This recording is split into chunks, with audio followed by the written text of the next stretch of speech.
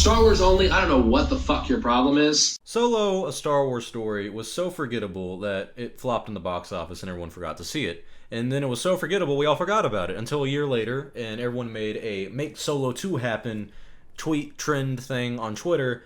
And the few people who actually went to go see this movie were saying, hey, we want a second one, which makes no sense to me. But anyways, let's talk about it. Make Solo 2 Happen is now a little movement in the Star Wars fandom for the few people who saw the movie to actually want a sequel to it. I don't understand these people. I don't understand what these people want from Star Wars.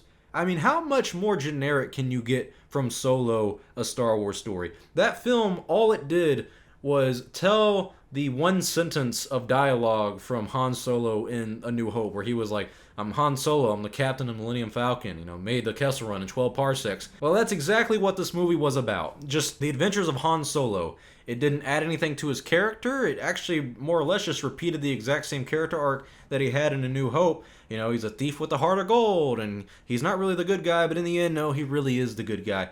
You don't need to tell me that story again. Why do I need to see Make Solo 2 Happen? Why do I need to see a second version of Solo, A Star Wars Story? What's the name even gonna be? Solo, number 2, Duo.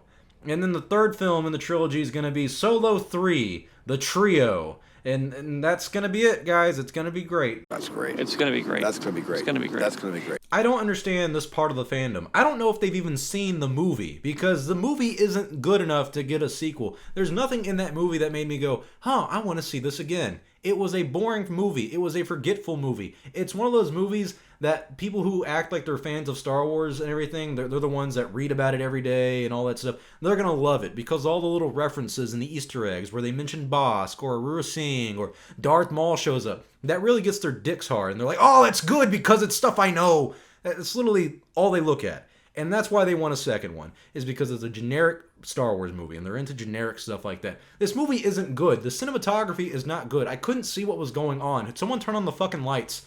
The score is also one of the worst, if not the worst, in the Star Wars franchise. It's a bunch of children. When Enfys Nest shows up, it's a bunch of children screaming in the background and pretending it's music. It's pretty fucking unbearable, if we're going to be honest.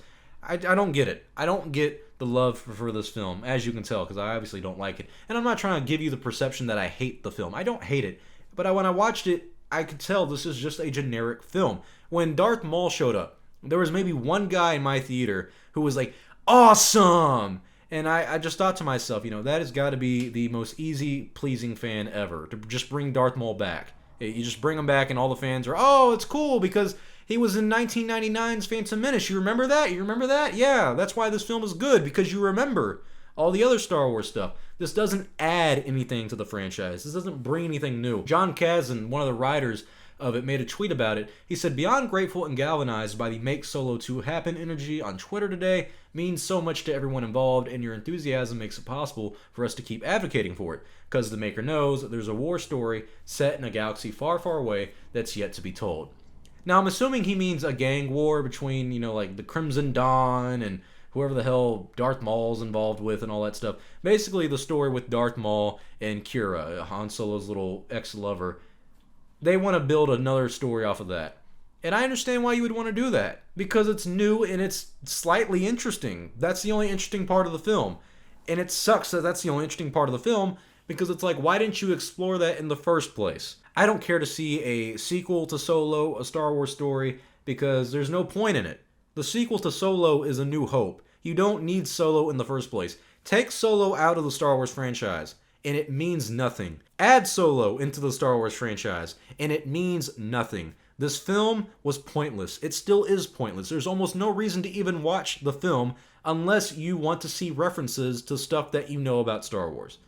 It's a test your encyclopedia of Star Wars kind of thing. Do you know this person? Oh, well, we referenced them in the movie. Oh, that's good because you know who they are, right? That's good.